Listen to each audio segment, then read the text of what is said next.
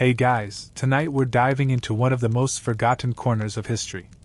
Picture this: you're standing in a thick, damp jungle.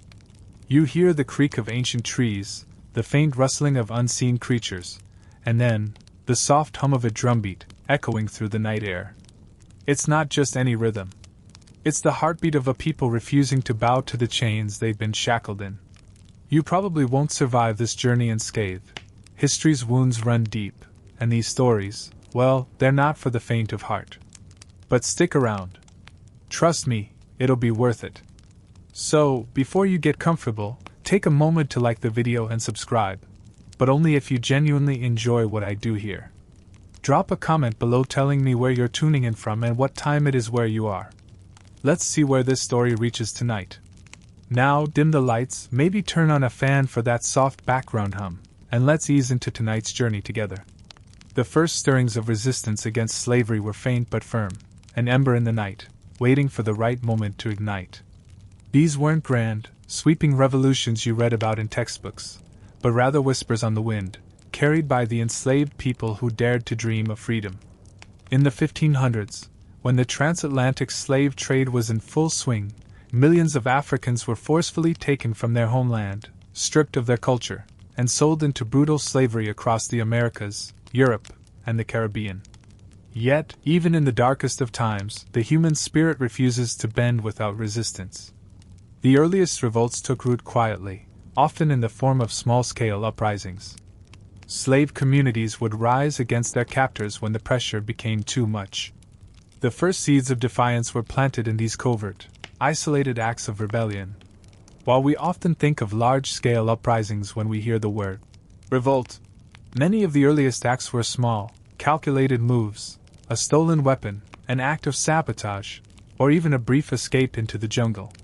One of the first documented uprisings in the Americas occurred in 1526 in what is now the United States. In the Spanish colony of Florida, a group of enslaved Africans, alongside indigenous allies, rebelled against their Spanish captors. They destroyed the settlement, taking their freedom at a great cost. But the uprising wasn't enough to shake the foundation of slavery in the region. Historians still argue whether this revolt was part of a larger movement, or an isolated act of rebellion. Regardless, it set the tone for what would come, a long and painful history of resistance. The nature of these early revolts was often misunderstood. To the European colonizers, they were just ungrateful slaves causing trouble. But to the enslaved, these revolts were a matter of survival. Every stolen weapon, every brief escape was an act of defiance, a declaration that they were still human, still capable of rebellion. These were the whispers of a coming storm, a storm that would one day break with such force it would shake the world to its core. But for now, these revolts remained largely unnoticed, confined to the fringes of recorded history. The larger uprisings, the ones that would come to define the story of African resistance, were yet to come. And when they did, they would be fueled by the unbreakable bond that connected all those who had suffered under the yoke of slavery, the desire for freedom. The story of resistance didn't just start with large, explosive revolts. Before the world saw a massive, united uprising, the Atlantic had already begun to absorb the human cost of slavery, and with it, the tension that would ultimately fuel revolt. As those first ships loaded with enslaved Africans made their terrifying voyage across the Atlantic, the conditions on board were nothing short of brutal. The Middle Passage, as it would be called, became the most harrowing part of the transatlantic slave trade. But it wasn't just about the inhumanity of the journey. It was about the fire that began to kindle within the hearts of those chained in the bowels of the ship.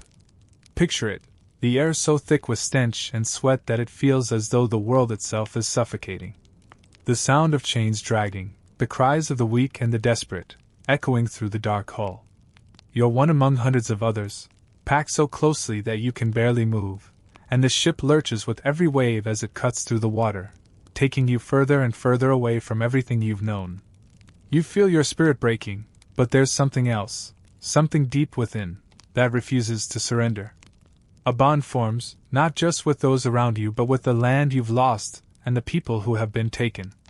The journey from Africa to the Americas wasn't just about physical pain, it was psychological warfare. The captors, who often saw the enslaved as nothing more than cargo, deliberately sought to strip away any trace of dignity, hoping to break the spirit of resistance before it could even form. But despite this, resistance began to rise in the most unexpected places. There were uprisings on the ships themselves. One of the most famous, and successful, occurred in 1839 aboard the Spanish slave ship Amistad.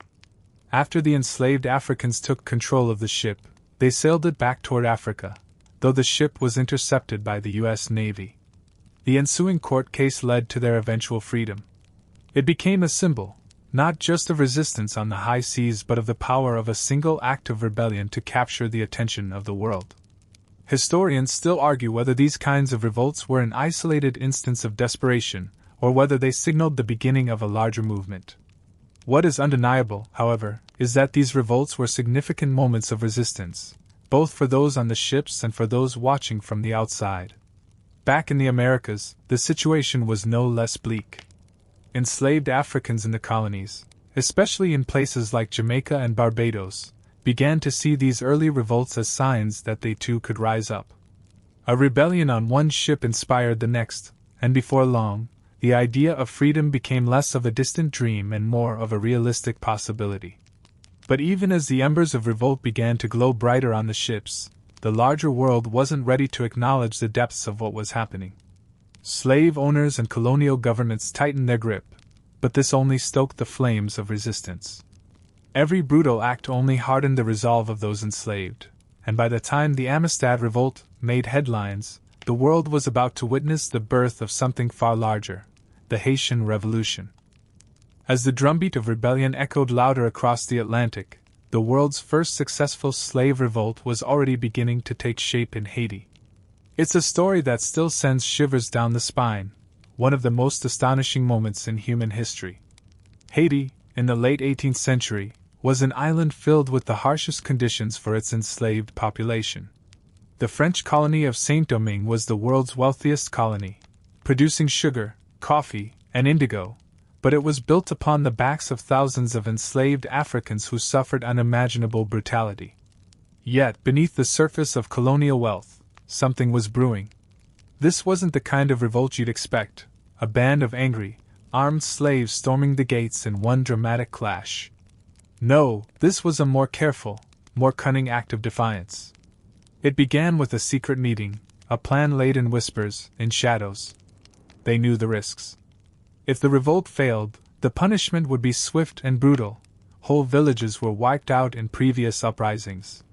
But the enslaved in Saint-Domingue had something that their masters didn't: a burning, unrelenting desire for freedom, and a deep, shared bond. In 1791, the slaves of Saint-Domingue rose up, led by a man named Toussaint Louverture, a former slave who had transformed from a field hand into a brilliant military leader. The revolt was an unlikely one, not just because of its scope but because of the strategy behind it. Toussaint didn't charge in blindly. He knew that to defeat the French, he would need to unite the enslaved with the free people of color, and perhaps more importantly, turn the forces of the French against each other. What followed was nothing short of extraordinary. Over the course of several years, the enslaved took control of the colony, defeating the French, Spanish, and British forces that sought to crush them. Historians still argue whether Toussaint's methods were too reliant on diplomacy, and whether his vision for a free Haiti would have succeeded without him. Some believe he could have been even more radical in his approach.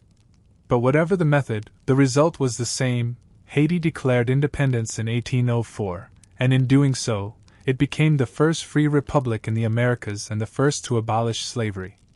But it wasn't just the victory that made Haiti's revolution so significant. It was the fact that a colony built on the profits of human misery had been overthrown by the very people it enslaved. It sent shockwaves across the world, shaking the foundations of the entire slave system. Slave owners, terrified by what had just happened in Haiti, began to tighten their hold on their own colonies. But the message was clear: the enslaved could, and would, rebel. This revolution wasn't just a spark in the Caribbean. It became the torch that lit fires in other colonies, inspiring uprisings from Jamaica to Louisiana. But the Haitian Revolution also sowed the seeds for a greater global fear, a fear that the slave system, one that had been so deeply entrenched in the economy and culture of the Western world, was suddenly vulnerable. For those in power, it was a nightmare that they could hardly afford to ignore.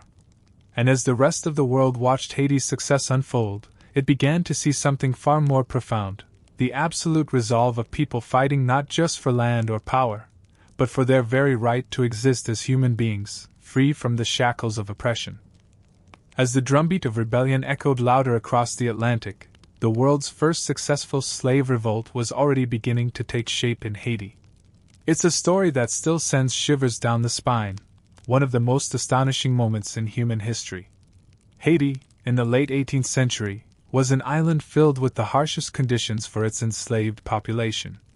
The French colony of Saint-Domingue was the world's wealthiest colony, producing sugar, coffee, and indigo, but it was built upon the backs of thousands of enslaved Africans who suffered unimaginable brutality. Yet, beneath the surface of colonial wealth, something was brewing. This wasn't the kind of revolt you'd expect, a band of angry, armed slaves storming the gates in one dramatic clash. No, this was a more careful, more cunning act of defiance. It began with a secret meeting, a plan laid in whispers, in shadows. They knew the risks. If the revolt failed, the punishment would be swift and brutal. Whole villages were wiped out in previous uprisings. But the enslaved in Saint-Domingue had something that their masters didn't: a burning, unrelenting desire for freedom, and a deep, shared bond. In 1791, the slaves of Saint-Domingue rose up, led by a man named Toussaint Louverture, a former slave who had transformed from a field hand into a brilliant military leader. The revolt was an unlikely one, not just because of its scope but because of the strategy behind it. Toussaint didn't charge in blindly. He knew that to defeat the French, he would need to unite the enslaved with the free people of color, and perhaps more importantly, turn the forces of the French against each other. What followed was nothing short of extraordinary. Over the course of several years, the enslaved took control of the colony, defeating the French, Spanish, and British forces that sought to crush them. Historians still argue whether Toussaint's methods were too reliant on diplomacy, and whether his vision for a free Haiti would have succeeded without him. Some believe he could have been even more radical in his approach. But whatever the method, the result was the same. Haiti declared independence in 1804, and in doing so, it became the first free republic in the Americas and the first to abolish slavery. But it wasn't just the victory that made Haiti's revolution so significant. It was the fact that a colony built on the profits of human misery had been overthrown by the very people it enslaved. It sent shockwaves across the world, shaking the foundations of the entire slave system. Slave owners, terrified by what had just happened in Haiti, began to tighten their hold on their own colonies. But the message was clear: the enslaved could, and would, rebel. This revolution wasn't just a spark in the Caribbean. It became the torch that lit fires in other colonies, inspiring uprisings from Jamaica to Louisiana. But the Haitian Revolution also sowed the seeds for a greater global fear, a fear that the slave system, one that had been so deeply entrenched in the economy and culture of the Western world, was suddenly vulnerable. For those in power, it was a nightmare that they could hardly afford to ignore. And as the rest of the world watched Haiti's success unfold, it began to see something far more profound: the absolute resolve of people fighting not just for land or power, but for their very right to exist as human beings, free from the shackles of oppression. As revolts began to spread like wildfire through the Caribbean, another significant and often overlooked uprising was taking place far to the east, in the heart of the Islamic world. This was the Zanj Rebellion, one of the largest slave uprisings in history, yet a story often forgotten by mainstream accounts of slave revolts. The Zanj Rebellion occurred in the 9th century, in what is now southern Iraq, when enslaved Africans known as the Zanj were brought to the region by Arab traders to work in the harsh conditions of the marshlands. These enslaved individuals, largely from East Africa, were forced to labor in the fields, mines, and salt flats, enduring grueling conditions under the hands of their Arab masters. But the harshness of their lives would eventually spark one of the most formidable slave revolts in the history of the Arab world. In 869 C, a man named Ali ibn Muhammad, a former slave himself, led the Zanj in an open rebellion against their oppressors. This revolt, which lasted for nearly 15 years, would challenge the very foundation of the Abbasid Caliphate, one of the most powerful empires of the time. The rebellion began when Ali ibn Muhammad convinced the enslaved Africans to rise up against their masters. By promising freedom, justice, and the opportunity to overthrow the system that had oppressed them for so long, he rallied an army of thousands. For years, the Zanj held several key cities, and the rebellion grew in strength. Historians still argue whether Ali ibn Muhammad's movement was solely a rebellion for freedom, or whether it was also an attempt to create a new society built on a different model of justice and governance. Some believe that his ultimate goal was not just to free the enslaved but to establish a new political order. The scale of the revolt was immense. At its height, the Zanj forces controlled a large portion of southern Iraq, and their capital, the city of al-Muqtara, became a symbol of defiance against the Abbasid rulers. Despite the overwhelming odds, the Zanj held their ground for years. The rebellion, however, was not to last. After a long and bloody struggle, the Abbasid Caliphate eventually crushed the revolt, and Ali ibn Muhammad was killed. The aftermath was brutal, with thousands of Zanj slaves slaughtered and their villages burned to the ground. But even in defeat, the Zanj rebellion left an indelible mark on the history of slave uprisings. It was a reminder that even in the harshest conditions, the enslaved could rise up and challenge the powers that sought to oppress them. Historians still debate the legacy of the Zanj rebellion. Was it a failed revolt that could not sustain itself in the face of overwhelming military power? Or was it a symbol of resistance that inspired future generations of enslaved people across the world? Regardless, the Zanj rebellion was one of the first major revolts in the Islamic world and remains an important example of how enslaved peoples, across different cultures, geographies, and time periods, have always fought for their freedom. The Zanj rebellion also raises interesting questions about the nature of slavery in the Islamic world. While the system of slavery in the Arab world was distinct from that of the Americas, with a complex structure that sometimes allowed enslaved people to gain their freedom or rise to high positions, it was still a brutal institution. This rebellion, led by enslaved Africans, emphasized that the yearning for freedom transcended cultures and borders. It reminded the world that resistance was not solely confined to the Western world or the Americas. It was a global phenomenon, and the power of rebellion was alive in every corner of the earth. While the Zanj rebellion burned through the marshlands of Iraq, another uprising was brewing far to the west, in the Caribbean. The Amistad Mutiny is a story that continues to spark debate and intrigue, a perfect example of the courage of enslaved Africans who, despite overwhelming odds, managed to briefly wrest control from their captors in one of the most daring acts of rebellion on the high seas. It was 1839 when the Amistad, a Spanish slave ship, set sail from Havana, Cuba, carrying over 50 enslaved Africans.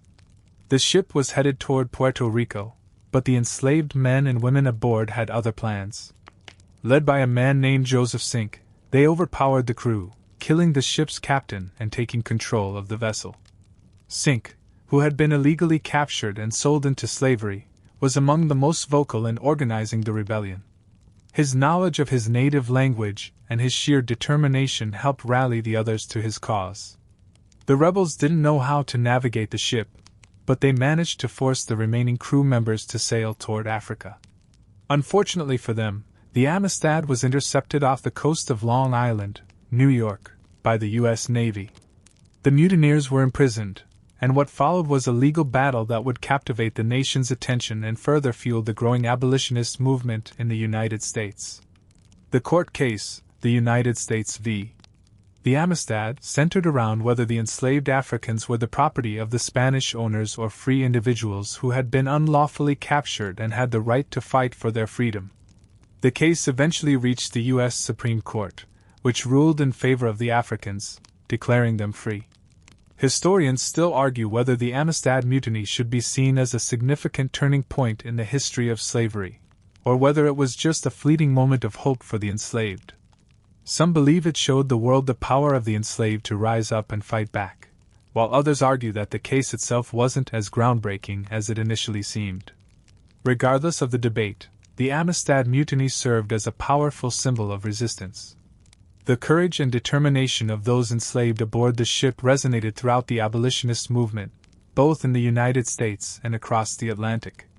Moreover, the Amistad Rebellion highlights the important role that the legal system played in the battle for freedom. It wasn't just about physical revolts or armed uprisings. There was also a battle for justice in the courts.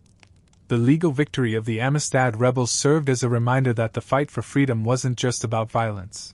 It was also about the legal and moral grounds upon which slavery could be challenged. Even though the Amistad Mutiny ended in freedom for those involved, it also underscored the deep moral and legal divisions of the time. The fear among slave owners and colonial powers was palpable, and the Amistad case was just one of many signs that the institution of slavery was under increasing threat. The story of Joseph Sink and his fellow mutineers may have ended in freedom for those men, but their victory also became a rallying cry for those still living under the brutal yoke of slavery. The Amistad Rebellion didn't just represent a singular act of defiance. It was a symbol that revolts could, and did, change the course of history.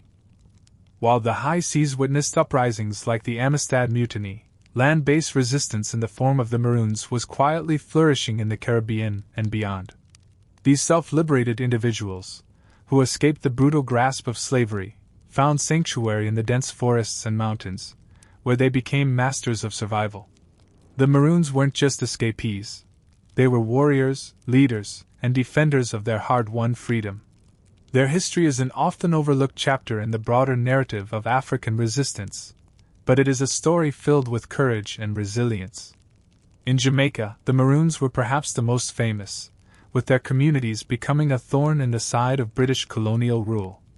The Jamaican Maroons consisted of enslaved Africans who fled plantations and took refuge in the mountainous interior of the island. Over time, they formed well-organized, fiercely independent communities. Led by figures like Cudjoe and Nanny of the Maroons, these leaders not only survived but actively resisted attempts to recapture them. The British attempted to subdue the Maroons on numerous occasions, launching military expeditions to destroy their settlements. However, the Maroons were experts in guerrilla warfare, using the dense forests and rugged terrain to their advantage.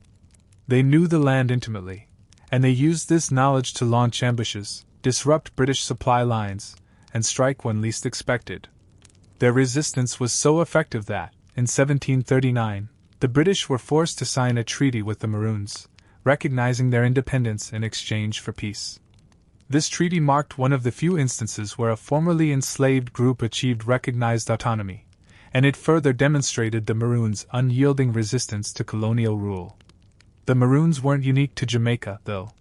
Similar communities formed throughout the Caribbean and South America. In Suriname, the Dutch colonies saw Maroon groups like the Nayuka and Saramaka rise up against their colonial masters, carving out their own territories in the jungle. These communities didn't just fight for survival. They fought to protect their culture, their traditions, and their way of life. Maroons, in many ways, were a powerful reminder that enslaved people, even in the most desperate of circumstances, could build new lives and defy the systems that sought to crush them. Historians continue to debate the long-term impact of the Maroons. Were they simply survivors, or did they have a larger role in shaping the broader narrative of abolition and resistance? Some argue that the very existence of the Maroon communities proved that slavery was not a permanent institution, that it could be resisted and even broken. Others suggest that the Maroons, in their isolation, may have missed the broader abolitionist movement, focusing instead on local survival. But regardless of the perspective, the Maroons remain an indelible part of the history of resistance. Their stories reflect not just the courage of escape, but the strength it took to hold on to that freedom in the face of relentless pursuit. The legacy of the Maroons is not just one of physical survival but also of cultural preservation. These communities kept their African traditions alive, blending them with new influences and creating vibrant, independent societies. Their music, language, and customs would go on to influence the culture of the Caribbean for generations, leaving a mark that would last long after the end of slavery. As we journey from the high hills of the Maroons to the sugar plantations of South America, we find that the flame of resistance continued to burn brightly. South America, a continent filled with its own unique struggles and resistance movements, was no stranger to slave revolts. Enslaved Africans who were brought to Brazil, Colombia, and elsewhere across the region began to push back against the crushing weight of their oppression in ways both subtle and overt. Though often overshadowed by larger revolts like Haiti's, South American uprisings were crucial in the greater struggle for freedom. Brazil, the largest importer of enslaved Africans in the Americas, was home to countless revolts throughout the 17th and 18th centuries. The most famous among them was the Mayo Revolt of 1835, an uprising led primarily by enslaved Africans of Islamic faith, known as the Mayos. The Mayo were mostly from West Africa, and their revolt was driven not just by the desire for freedom but by a strong sense of religious and cultural identity. When they rose up in Salvador, Brazil's second-largest city, they were not only fighting for physical freedom but for the right to practice their faith and to maintain their African heritage in a society determined to erase it. This revolt was well planned, with the Mayo taking advantage of their shared knowledge of the city and its systems to launch a surprise attack. Unfortunately for them, the revolt was quickly suppressed by the Brazilian military, but it was still a significant event. The Mayo Revolt sent a powerful message to slave owners in Brazil, that even in a region where resistance seemed nearly impossible, enslaved Africans were willing to fight tooth and nail for their freedom. The revolt didn't succeed, but it marked a significant shift in the dynamics of resistance across the continent. Elsewhere in South America, Colombia's Cimarron communities, runaway slaves who escaped into the jungle, formed their own free settlements, much like the Maroons in the Caribbean. These Cimarrones fiercely resisted Spanish colonial forces, using the treacherous jungle to their advantage. One of the most notable was the Palenque de San Basilio, a free town established in the mountains, which became an enduring symbol of defiance. The inhabitants of San Basilio were known not just for their military resistance but for their efforts to preserve African culture in the face of relentless colonialism. The settlement still exists today, and its legacy is a testament to the power of resistance in even the harshest environments. South American slave revolts weren't always as well documented as those in the Caribbean or North America, but they were just as vital to the larger story of resistance. The revolts in Brazil, Colombia, and beyond made clear that the enslaved were not passive victims of their circumstances. Even in the most remote corners of the continent, they fought to protect their lives, their culture, and their right to exist as free human beings. These uprisings were often crushed under the weight of colonial power, but they also set the stage for broader movements that would lead to the eventual end of slavery across the Americas. Historians still debate the influence of these South American revolts on the global abolitionist movement. Were they just isolated sparks in the larger picture of resistance, or did they play a more significant role in shifting the momentum toward abolition? Some scholars argue that while the revolts were important, they didn't have the same immediate impact as Haiti's success or the Amistad Mutiny. However, others point out that these uprisings were crucial in showing that the enslaved could never truly be controlled, no matter how hard their captors tried. As we move toward the 19th century, it becomes increasingly clear the revolts across South America, the Caribbean, and beyond were part of a larger, transatlantic struggle that would eventually bring down the system of slavery. The enslaved were no longer just fighting for individual freedom, they were part of a greater movement, a movement that would reshape the world forever. While revolts in South America and the Caribbean made waves, one of the most defining moments in the history of resistance to slavery occurred in the heart of the American South. Nat Turner's Rebellion, which took place in 1831, was one of the most infamous and significant uprisings in the United States, and it still sparks intense debate to this day. Turner, a preacher, led a group of enslaved men in a violent rebellion that left dozens of white families dead and a profound impact on the landscape of Southern slavery. Nat Turner was not an ordinary man. Born into slavery in Virginia, he was deeply religious and believed that God had chosen him to lead his people to freedom. Turner's education, despite the restrictions placed on enslaved people, had been allowed to develop his sharp intellect, and he was said to have had visions that led him to believe that he was destined to strike a blow against the institution of slavery. These visions, filled with apocalyptic imagery, eventually led him to believe that a violent uprising was the only way to achieve freedom for himself and his fellow slaves. On August 21, 1831, Turner and his followers launched their attack. They began by killing Turner's master and his family, then moved from plantation to plantation, killing white men, women, and children in a wave of violence that sent shockwaves through the region. The rebellion was relatively small, only around 70 men participated, but it was ruthless. Turner and his group of insurgents sought not only to kill their captors but also to rally other enslaved people to join their cause. Turner's goal was not simply to spark an isolated revolt but to incite a larger rebellion that would sweep the entire South. However, the rebellion was quickly suppressed. The militia, along with local white citizens, retaliated swiftly, bringing an end to the violence within a matter of days.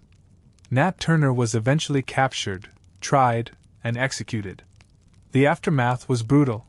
Dozens of enslaved people who had been involved in the rebellion were also killed, and many more were punished for their perceived role in the uprising. In addition, white plantation owners began to tighten their grip on their enslaved populations, fearing more uprisings in the future. Historians still argue over the legacy of Nat Turner's rebellion. Was it a failure, a last-ditch effort of a desperate man? Or was it a bold statement that revealed the deep currents of unrest that ran through the enslaved community? Some scholars argue that Turner's rebellion was a harbinger of the larger abolitionist movement that would follow.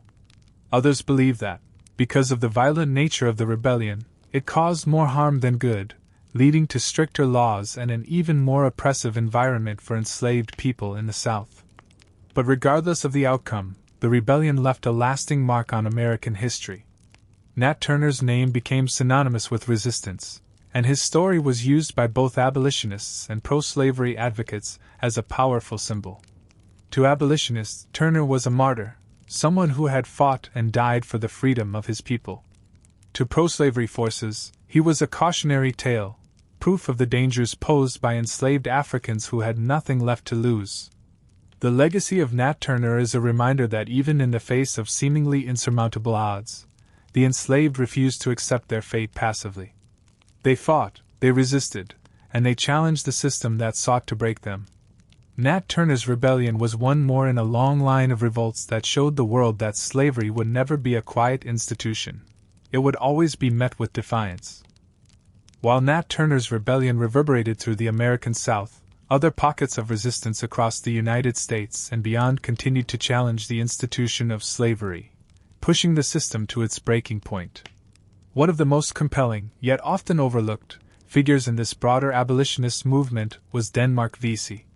Like Turner, Vesey was born into slavery, but his rebellion was far more calculated and strategic, an act not of impulsive violence, but of careful plotting. Denmark Vesey was born in the West Indies and brought to Charleston, South Carolina, where he was eventually able to buy his own freedom. Despite his status as a free man, Vesey was deeply disturbed by the conditions in which his fellow African Americans lived and worked. He became a prominent figure in Charleston's African American community, using his position as a preacher to spread the message of rebellion. In the early 1800s, Vesey organized a conspiracy with the goal of staging an uprising that would not only free enslaved Africans but also create a new society, independent from the white oppressors. The plan was ambitious. Vesey aimed to take Charleston, a major port city in the South, by force. He intended to seize weapons, liberate enslaved people, and then escape to Haiti, a nation that had successfully overthrown its colonial rulers just a few decades earlier. Vesey recruited dozens of men, drawing on the city's large enslaved population, and the conspiracy grew in strength and secrecy. But just days before the planned revolt, a betrayal from within the ranks led to the plot's discovery. Vesey and many of his co-conspirators were arrested, tried, and executed for their roles in the plot. Vesey's death, like that of Turner, was a tragic reminder of the lengths to which the enslaved were willing to go for freedom. Despite its failure, the Denmark Vesey conspiracy left a lasting impact. His plot demonstrated the lengths to which enslaved people would go to resist their oppression, and his vision of a free, self-governed society resonated long after his death. Historians continue to debate the extent to which Vesey's plot could have succeeded had it not been for the betrayal. Some argue that his plan was too ambitious and lacked the logistical support necessary to pull it off, while others believe that, had the rebellion succeeded, it could have sparked a larger wave of resistance that would have changed the course of American history. For Vesey, his conspiracy wasn't just about violence or bloodshed, it was about the fundamental idea of freedom, of challenging the notion that anyone could own another human being. It was also an attempt to unite African Americans, both enslaved and free, in a common cause. Vesey's rebellion echoed the broader message of the abolitionist movement, showing that the fight against slavery was not only a matter of physical resistance but also of reclaiming one's dignity, humanity, and right to exist in a world that tried to reduce people to property. The Denmark-Vesey conspiracy also serves as a reminder that slave revolts weren't just the actions of uneducated, desperate individuals. They were strategic, intellectual movements aimed at shifting the balance of power. Vesey, like many others, understood that freedom was not just a physical act of escape. It was also a mental, cultural, and spiritual journey. He believed in the power of knowledge and the strength of unity, and it was these principles that motivated his daring attempt to overthrow the system of slavery in South Carolina. Though Vesey's rebellion was crushed before it could ignite, his legacy lived on in the hearts of the enslaved and their descendants. His efforts proved that even in the face of insurmountable odds, resistance was possible, and it showed the world that the enslaved would continue to fight for their right to be free. As the waves of resistance grew louder across the Americas, the heart of Africa itself was not untouched by the tides of rebellion. While much of the focus tends to fall on the transatlantic slave trade, it's essential to remember that slavery's reach extended deeply within Africa as well. African slave revolts were not only a response to European colonization but also to the internal systems of slavery that existed across the continent. One of the most significant uprisings took place in what is now Nigeria, where enslaved people, often captured from surrounding regions, fought back against their captors and the systems that enslaved them. The Nigerian slave revolts, particularly those in the Oyo Empire, offer a fascinating look at resistance in pre-colonial Africa. The Oyo Empire, one of the most powerful kingdoms in West Africa, was built on the backs of enslaved people, many of whom were taken from surrounding communities through warfare or raids. While many enslaved people lived under the harsh conditions of the empire, there were those who fought back, hoping to break the chains of their captors. One such revolt occurred in the 18th century, when a group of enslaved individuals, led by a man named Ojo, managed to escape from their captors and wage a successful attack on an Oyo outpost. The revolt sent shockwaves through the empire, sparking fear among slave owners and prompting a crackdown on any potential resistance. While Ojo's revolt was short-lived, it signified something crucial. The enslaved in Africa were not mere passive victims. They, too, had the power to resist. Historians still debate whether the enslaved in Africa were more successful in their revolts because of the different nature of African slavery compared to that in the Americas. African slavery, though brutal, was often more fluid in terms of social status, with enslaved individuals sometimes gaining their freedom or being integrated into society in ways that didn't always happen in the Americas. But what is clear is that African slave revolts were far more frequent than is commonly known, and they were often met with fierce resistance from both the enslavers and local governments. The African revolts also provide insight into the complex relationships between African kingdoms and the European traders who sought to benefit from the slave trade. Some African rulers participated in the slave trade, trading war captives or political rivals to European traders in exchange for weapons and goods. However, many others resisted this collaboration, seeing it as a betrayal of their people. These internal conflicts over slavery created a fertile ground for rebellion, as enslaved people fought not just for their freedom but also against the very kingdoms and empires that had contributed to their suffering. The legacy of African slave revolts is often overshadowed by the more widely known stories of resistance in the Americas. But these African uprisings, like the one led by Ojo in the Oyo Empire, reveal a critical chapter in the broader history of rebellion and the struggle for freedom. They remind us that the fight against slavery wasn't just a product of European colonialism. It was a global struggle, one that transcended geographical boundaries and was waged on many fronts. As we turn the page to the eventual abolition of the transatlantic slave trade, it's clear that these African uprisings, combined with the larger revolts in the Americas, played an undeniable role in the global fight for freedom. The enslaved were not just passive victims, they were warriors, leaders, and symbols of resistance who sought to claim their right to live as free human beings. As resistance to slavery continued to grow across the Atlantic world, abolitionist movements gained momentum, turning uprisings and rebellions into symbols of a larger, more coordinated fight against the system. While individual revolts like Nat Turner's and Denmark VC's are widely remembered, the larger abolitionist movement, which spanned both Europe and the Americas, began to reshape the political landscape. Abolitionism wasn't just about fighting against the brutal institution of slavery. It was about fundamentally questioning the morality of enslaving human beings at all. The British abolitionist movement in the late 18th and early 19th centuries was one of the most successful. In 1807, Britain passed the Act for the Abolition of the Slave Trade, which made it illegal to engage in the transatlantic slave trade. This was a monumental victory for abolitionists, who had fought tirelessly against the trade. Led by figures such as William Wilberforce, Granville Sharp, and Thomas Clarkson, this movement was grounded in both moral and economic arguments, with activists decrying the cruelty of slavery and advocating for the freedom of those bound in chains. However, the fight wasn't just about economic or moral concerns. It was also a response to the revolts and uprisings that were shaking the foundations of slavery. The success of the Haitian Revolution and other slave uprisings had sent a powerful message.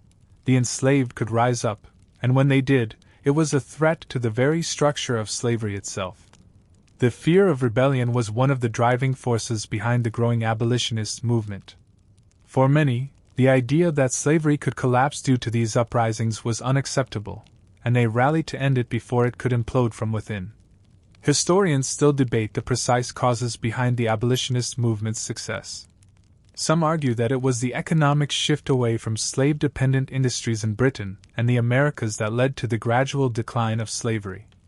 Others point to the influence of abolitionist literature, such as Olaudah Equiano's The Interesting Narrative of the Life of Olaudah Equiano, which brought the horrors of the slave trade directly to the hearts of readers. But what is clear is that abolition was not an inevitable outcome. It was the result of decades of struggle, sparked by slave revolts and fueled by a growing moral opposition to the institution. In the United States, the abolitionist movement gained ground during the same period, particularly after the Amistad Case and Nat Turner's Rebellion. While the fight for abolition was long and fraught with tension, it was the continuous struggle of enslaved people, the courage of those like Turner and Vesey, and the tireless work of abolitionists that brought slavery into the national conversation. By the time the Civil War erupted in 1861, slavery had become the central issue dividing the North and South, and the push for its abolition reached its boiling point. Even as the legal systems of the Western world began to dismantle slavery, the fight continued in other parts of the globe. In the Middle East, the legacy of slavery endured far longer than it did in the Americas. Slave revolts continued in the Ottoman Empire, in Sudan, and across various parts of Africa into the 19th century. These revolts, though less well documented, were nonetheless part of the larger, global resistance to the institution of slavery. Yet abolition did not mark the end of the story. While the end of the transatlantic slave trade in the 19th century signaled a major turning point, the deep-rooted systems of inequality that slavery had created did not vanish overnight. In the United States, for example, the end of slavery did not equate to freedom or equality for the formerly enslaved. The aftermath of slavery, especially in the form of sharecropping, Jim Crow laws, and racial violence, would continue to haunt African Americans for generations. Abolition was just the first step in a long, ongoing struggle for freedom and equality. Historians argue about whether the abolitionist movement was truly the key factor in the end of slavery, or whether it was the culmination of a series of factors, including economic changes, international pressure, and resistance movements. What is clear, however, is that the global abolitionist movement succeeded in part because it combined the stories of resistance, the uprisings, the revolts, the defiant acts of rebellion, with the tireless advocacy of individuals who believed that the institution of slavery could not, and should not, stand in a world that prided itself on human rights and justice. In the end, abolition was not a singular event but a series of struggles that laid the foundation for the long fight toward racial equality. The revolts and the movements that followed them helped shape the very idea of freedom in the modern world, turning the flames of resistance into the fire of change. As the dust of abolition settled and the world slowly adjusted to the idea of a future without the transatlantic slave trade, many thought the worst had passed. However, the echoes of resistance didn't fade with the abolition of slavery. If anything, they continued to stir up the ground upon which new struggles would be built. While Western nations celebrated the end of the slave trade, other forms of oppression emerged, particularly in the aftermath of slavery's formal abolition.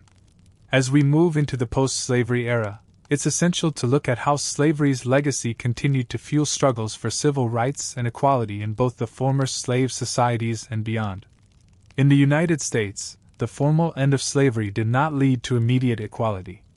Following the Civil War, the passage of the 13th, 14th, and 15th Amendments to the U.S. Constitution, which abolished slavery and granted citizenship and voting rights to African Americans, was meant to secure the rights of the formerly enslaved. However, these legal advances did little to stop the systemic racism that flourished in the aftermath of slavery's abolition. The Reconstruction era, meant to integrate African Americans into the broader political and social system, was met with fierce resistance from white supremacists, particularly in the South. This period saw the rise of the Ku Klux Klan and other violent white supremacist groups, as well as the enactment of Jim Crow laws that enforced racial segregation and disenfranchised African Americans. The economic exploitation of black people also persisted through sharecropping, a system that trapped many former slaves in debt and poverty, effectively continuing the cycle of exploitation that had begun under slavery. Although slavery had been formally abolished, the legacy of exploitation and racial inequality endured, shaping the lives of millions of African Americans for decades. Meanwhile, across the Atlantic, the African continent was grappling with the aftermath of European colonization.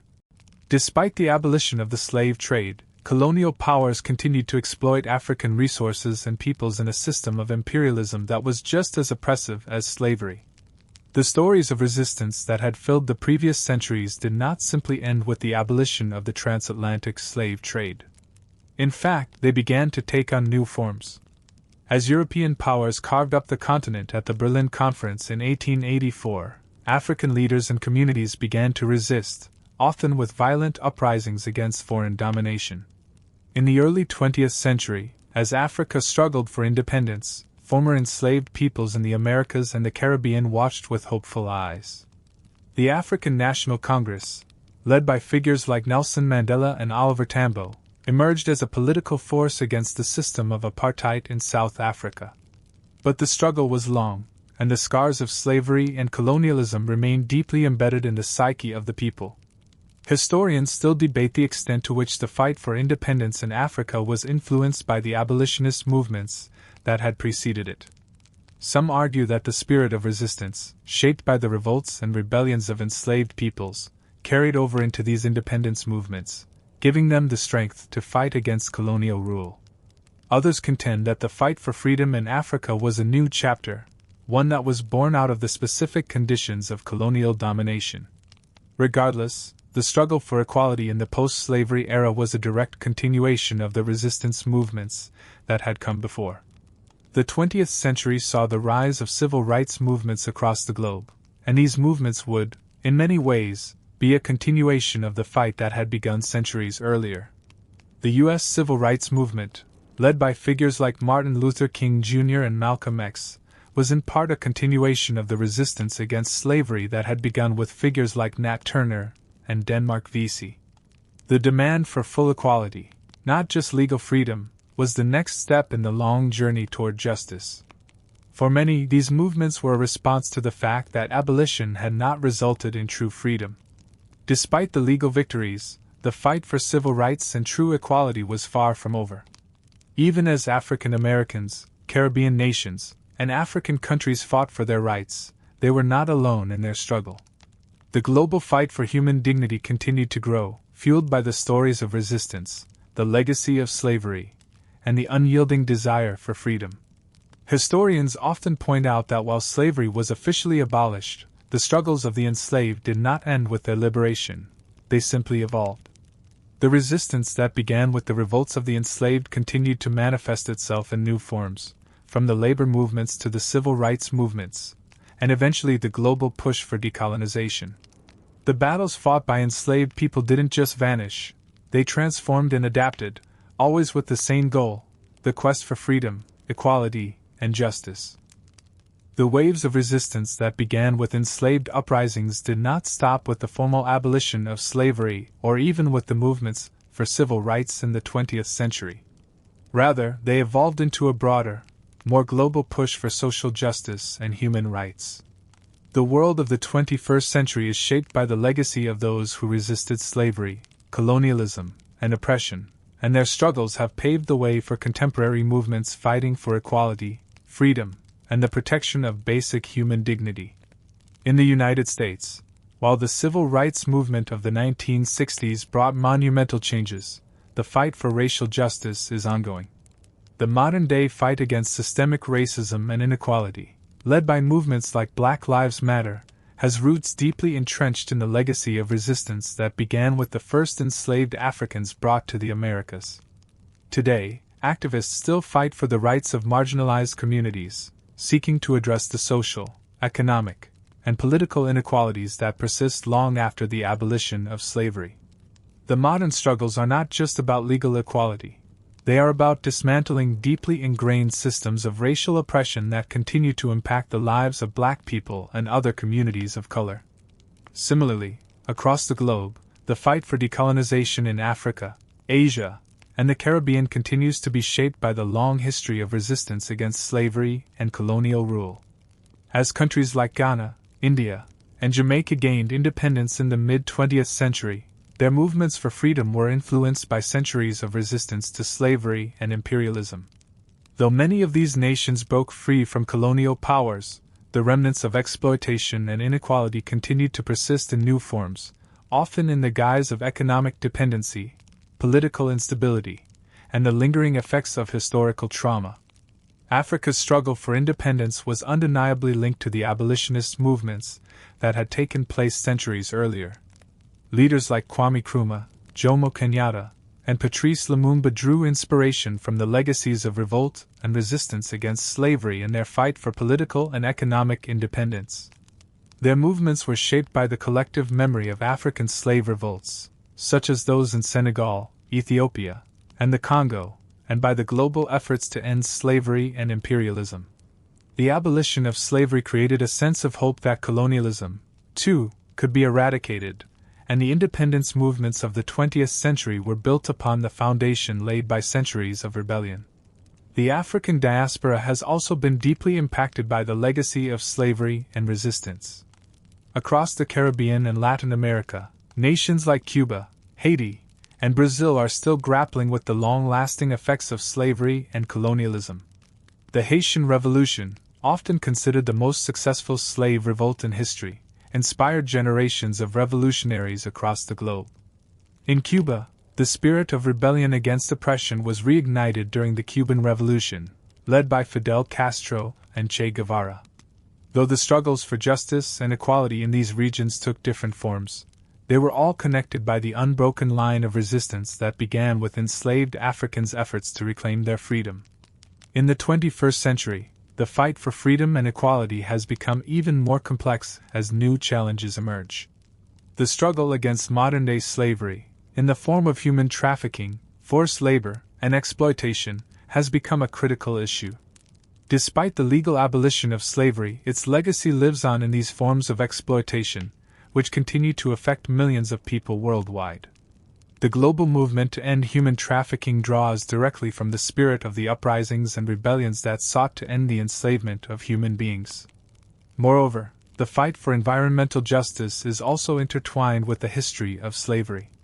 Communities that were once enslaved are often the same ones who bear the brunt of environmental degradation and climate change. The legacy of exploitation, whether through slavery, colonialism, or modern-day capitalism, continues to disproportionately affect marginalized communities. Movements for environmental justice, like those led by indigenous groups and communities of color, continue to challenge the global systems that perpetuate inequality and destruction. It's essential to recognize that the stories of resistance and rebellion, while rooted in the history of slavery, are not confined to the past. They are living, breathing movements that continue to shape the present and future. The freedom struggles of the enslaved Africans in the Americas, the Caribbean, and Africa were not isolated incidents but part of a larger, global story of resistance to oppression. From the Maroons in Jamaica to the slaves of the Zanj Rebellion in Iraq, the spirit of defiance against injustice is still alive, driving movements for equality and human rights across the world. The revolts of the enslaved did not merely challenge the institution of slavery. They set in motion a series of changes that would eventually dismantle the systems of oppression that defined the old world. Their efforts were not in vain. They paved the way for the civil rights movements, the global push for human rights, and the ongoing fight against inequality that continues to shape the world today. The resistance that began centuries ago is the foundation of modern struggles for justice and freedom, and it's a fight that shows no sign of stopping. As we arrive at the final chapter in this long history of rebellion and resistance, we find ourselves standing on the shoulders of those who dared to defy the chains of slavery and oppression. The revolts, uprisings, and struggles that have spanned centuries remind us that freedom is not just a right, it is a fierce, hard-won battle.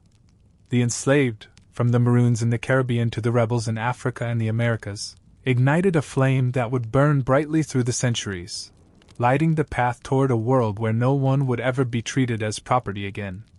The legacy of these revolts is complex, layered with both tragic and triumphant moments. On one hand, many of these rebellions were crushed, and the enslaved often faced horrific reprisals. Yet, on the other hand, each act of defiance planted the seeds for larger social changes that would eventually tear down the institution of slavery. From the Haitian Revolution to the work of abolitionists like William Wilberforce, and from the struggles of the Maroons to the uprisings in the American South, the echoes of those who fought for freedom continue to resonate in the present day. In the modern world, the resistance of the enslaved is not just a matter of historical interest, it is a living testament to the enduring spirit of human beings who refuse to accept their dehumanization. From the civil rights movements in the U.S. to the global fight for human rights, the struggles against inequality, racism, and oppression are all part of the ongoing fight for the ideals of justice and freedom. While slavery has been formally abolished, the fight for true equality, dignity, and freedom is far from over. In the context of modern slavery, whether through human trafficking, forced labor, or systemic inequality, the spirit of resistance remains alive. Today, we continue to see movements that challenge the exploitation of vulnerable populations, from migrant workers to the fight against the exploitation of women and children. These struggles remind us that, although the faces may change and the forms of oppression may evolve, the fight for human dignity remains the same. The legacies of the Maroons, Nat Turner, Denmark Vesey, and the countless unsung heroes of the past continue to inspire new generations to challenge the systems that seek to oppress and dehumanize. Their stories are not just historical artifacts, they are blueprints for resistance, teaching us that even in the darkest times, there is always a spark of defiance that can lead to change. They remind us that freedom is never freely given, but must be fought for, sometimes in subtle ways, sometimes in dramatic, world-changing acts of rebellion. Today, as we reflect on these histories, we are reminded that the fight for freedom is ongoing. While we may no longer see the same kind of slavery that existed in the past, the systems that enslave people, whether through economic, political, or social means, still exist in various forms. The resistance against them is not a thing of the past, it is a living, breathing force that continues to shape our world. Whether through grassroots movements, global activism, or personal acts of defiance, the spirit of the revolts against slavery lives on in the fight for justice, equality, and human dignity. As we end this journey through the whispered history of African slave revolts, we remember that the rebellion against slavery was never just about breaking free from chains. It was about reclaiming the right to live as free, dignified human beings. And that fight, in all its forms, continues today. The story of resistance is far from over, and as long as there are people willing to stand up against injustice, it will never be forgotten.